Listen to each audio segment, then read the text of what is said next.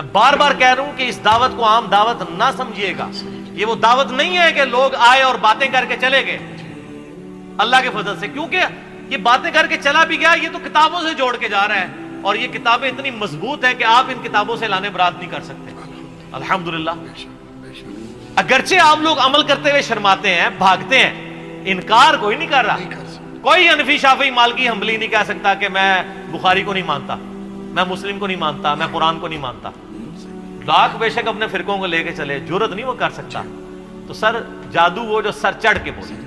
تو میں لال داڑھی والی سرکار کو کہوں گا کہ اس سے پہلے مشین پہ لال رومال والے چڑھے تھے, آپ نے خام خواہ کے ہاتھ دے دیے خود اپنا, تو ابھی آپ کا ہاتھ ہی گیا ہے, تو پلیز اب ہاتھ تو جا چکا, اب باقی جسم کو آپ بچائیں اور سائڈ پہ رہیں. آپ ان معاملات میں نہ پڑیں, اپنے بزرگوں کی عصمت کے لیے سامنے نہ آئیں.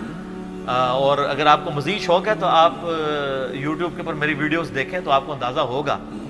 اور ان کا حال یہ ہے, میں آپ کو بتاؤں, میرا ایک کلپ اصل میں ان کو تکلیف کس کلپ کی وجہ سے ہوئی ہے.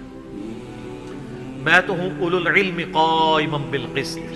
انہوں نے ایک ویڈیو میں کہا کہ یہ احمد رضا بریلوی صاحب کا شعر ہے کہ وہی جو مستوی عرش تھا خدا ہو کر مدینے میں اتر پڑا مصطفیٰ ہو کر. یہ ان کی ویڈیو ہے لال داڑھی والی سرکار کی. تو میں نے بتایا کہ اس نے جھوٹ بولا ہے. یہ احمد رضا بریلوی کیا کسی بریلوی عالم کا بھی شعر نہیں ہے, اور اس نے حرم میں بیٹھ کے وہ کہنا جڑے اتنے پیڑے وہ لاہور بھی پیڑے, جڑے لاہور پیڑے وہ کعبے بھی پیڑے. کعبے میں بیٹھ کے اس بندے نے جھوٹ بولا. وہ 30-40 مریدین لے کے بیٹھے ہوئے ہوتے ہیں وہ ایک میگا فون پہ. یہ نہ سمجھے گا وہاں ہزاروں کی پبلک ہوتی ہے, نہ چاند دیکھ لو. تو میں نے کہا اس نے جھوٹ بولا ہے, یہ شعر احمد بریلوی صاحب کا نہیں ہے.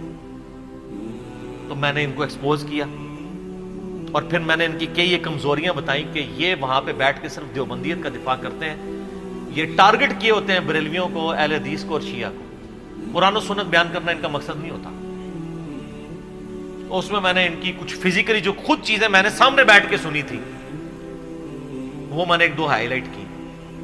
انہوں نے ایک درس کے دوران کہا, یہ باب العمرہ والی سائیڈ پہ نا گراؤنڈ فلور کے اوپر بیٹھے ہوئے تھے, میں یہ آپ کو بات کر رہا ہوں 2007 کی, میں حج کے لیے گیا. تو انہوں نے کہا کہ احمد بریلوی نے تو قرآن میں تحریف کر دی ہے.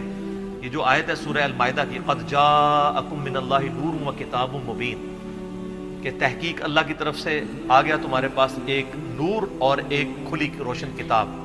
تو احمد بریلوی صاحب کی تفسیر میں کنز الایمان کی تفسیر خزائن العرفان میں لکھا یہاں نور سے مراد نبی صلی اللہ علیہ وسلم کی ذات ہے. تو اس نے کہا یہ تعریف کر دی ہے اس نے. تو میں نے پھر وہ بتایا تھا کہ اسلام کی جو پہلی تفسیر ہے نا قرآن کی, تفسیر تبری ابن جریر کی, المتوفا 310 ہجری, اہل سنت کے ائمہ میں سے ہے. ابن کثیر نے سب کچھ ان سے نقل کیا ہے, تاریخ میں بھی اور تفسیر میں بھی. انہوں نے اس تفسیر میں لکھا ہے اس میں کہ یہاں نور سے مراد نبی علیہ السلام کی مبارک ذات ہے, اور نور ہدایت تو قرآن میں بھی آیا نا, انا ارسلناک شاہدا ومبشرا ونذیرا وداعیا الی اللہ باذنہ وسراجا منیرا. نبی علیہ السلام تو وہ سورج ہے جو چمکا دینے والا ہے. تو میں نے کہا احمد بریلوی صاحب نے کوئی تعریف نہیں کی, ہمارے سلف کا فہم تھا. تو اب اس طرح میں نے اعلیٰ حضرت کا دفاع کیا, حالانکہ میں کتنا اختلاف رائے ان سے رکھتا ہوں.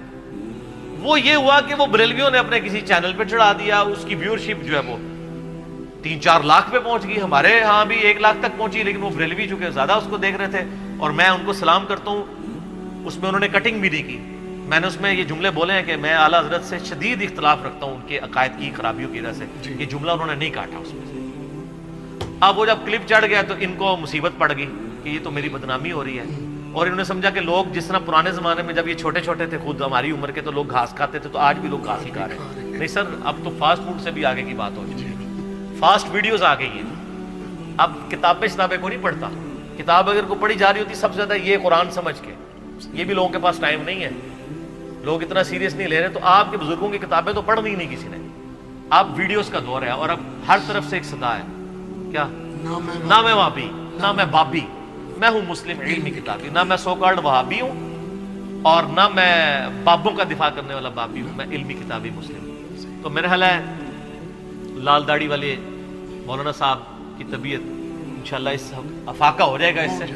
اور جس طرح انہوں نے میرے لیے دعا کی, میں بھی ان کے لیے دعا کرتا ہوں کہ اللہ تعالیٰ آپ کو جو ہے وہ ہدایت نصیب فرمائے اور بزرگ پرستی سے بچائے. اتخذوا احبارهم ورهبانهم اربابا من دون اللہ کے تحت جو آپ نے احبار و رہبان کو اتنا بڑا پکڑا ہوا ہے, تو آپ کتاب و سنت پہ آ جائیں, فرقوں کو چھوڑ دیں. آمین. ٹھیک ہوگا جی؟ آمین. جزاک اللہ. اور اللہ تعالیٰ مجھے بھی ہدایت نصیب فرمائے. آمین. آمین. جزاک اللہ.